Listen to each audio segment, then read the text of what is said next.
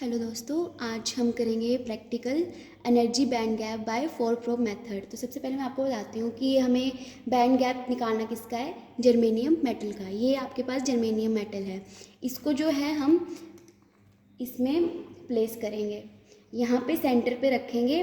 उसके बाद ये आपके पास फोर प्रोब्स हैं, इसको इसके अंदर डालेंगे और यहाँ पे जो एक स्क्रू होता है इसके साथ इसे एडजस्ट करेंगे और इसको ऐसे रखेंगे कि जो आपका जर्मेनियम मेटल है, जो जर्मेनियम सेमीकंडक्टर है आपका, वो यहाँ पे पूरा फिक्स हो जाए और यहाँ पे इसको बंद कर देंगे। देन आपके पास ये फोर प्रोब्स हैं, वो यहाँ पे आपकी वायर्स लगेंगी फोर प्रोब वाले ऑपरेटर्स पे। और ये आपके पास अवन है और ये जो हमने सेटअप बनाया था, इसको हम इसके अंदर डालेंगे।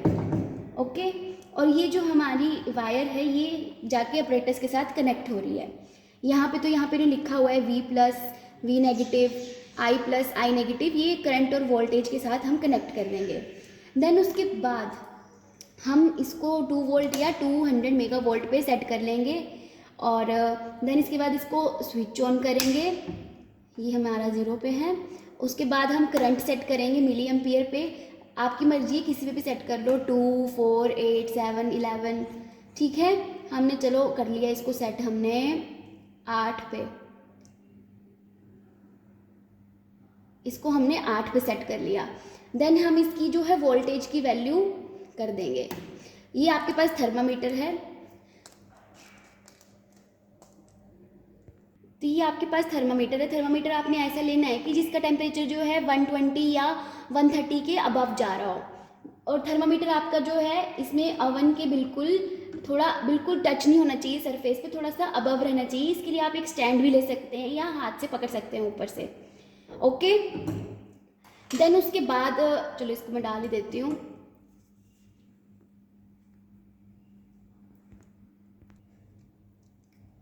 तो हमने इसको जो है 3 मिली एम्पेयर पे सेट कर दिया है। उसके बाद हम इसको वोल्टेज पे कर देंगे, मिली वोल्टेज पे, इसको भी 200 मेगा वोल्ट पे रखेंगे। देन उसके बाद जो है हम वोल्टेज बढ़ाते रहेंगे और यहाँ पे साथ में जो है हम टेम्परेचर भी नोट करेंगे, कितने टेम्परेचर पे आपकी कितनी वैल्यूज़ आ रही हैं। जैसे कि मैं आपको दिखाती हूँ, जैसे हमने वैल्यूज़ ली हैं 38 टेम्परेचर पे 0.260 मेगा वोल्ट आपकी वोल्टेज की वैल्यू आई है। देन उसके बाद जो है हम टेम्परेचर को केल्विन में कन्वर्ट करेंगे। उसके बाद आप रो रेजिस्टिविटी की वैल्यू निकालेंगे और 1/T × 10⁻³ की और log 10 रो की वैल्यू निकालेंगे।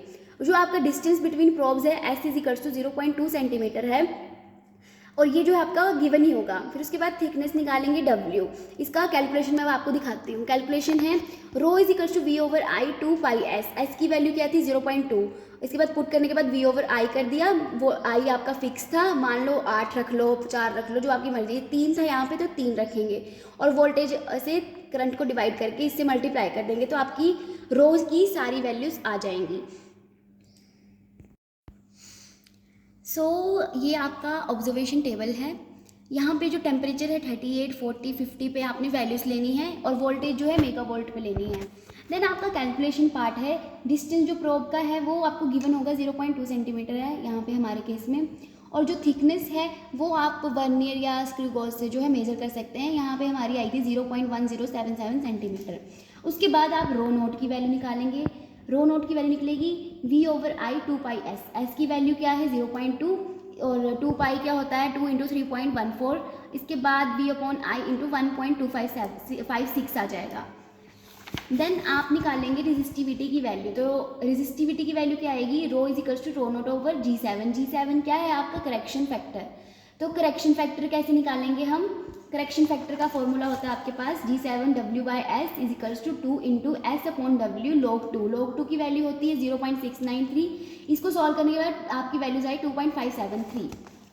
देन आप रो की वैल्यू निकालेंगे, रो की वैल्यू कैसे आएगी V/I × 1.256/G7। पीछे आपने देखा था रो नोट की वैल्यू में V/I 1.256, सेम यहाँ पे बस डिवाइड होगा G7, तो आपकी वैल्यू जो है रो की आ जाएगी ρ = V × 58.56, ये आप कैलकुलेट करके देख सकते हैं। देन इसके बाद जो है आप रो की वैल्यू जो है हर एक 58.56 से वोल्टेज की वैल्यू जो है इंटू करते जाएंगे तो आपकी वैल्यूज रेजिस्टिविटी की आ जाएगी ओम सेंटीमीटर में। देन उसके बाद एनर्जी बैंड गैप कैसे निकालेंगे, तो ईजी का फॉर्मूला होता है 2 इंटू बोल्ट्जमैन कांस्टेंट के log ई रो। बोल्ट्जमैन कांस्टेंट की वैल्यू है आपके पास 8.6 इंटू 10⁻⁵ और टेम्परेचर जो है आपका केल्विन में है। अब जो है ग्राफ से जो है हम स्लोप निकालेंगे। स्लोप कैसे फाइंड आउट करते हैं, कोई भी आप दो वैल्यूज़ लेते हैं ग्राफ में से, या आप ये और ये ले लो, कोई भी रैंडम वैल्यूज़ 1 या 2 के गैप में ले लो और स्लोप फाइंड आउट करनी है। ग्राफ जो आपका बनेगा वो बनेगा log 10 रो और t⁻⁻1 इंटू 10⁻⁻3 के बीच में।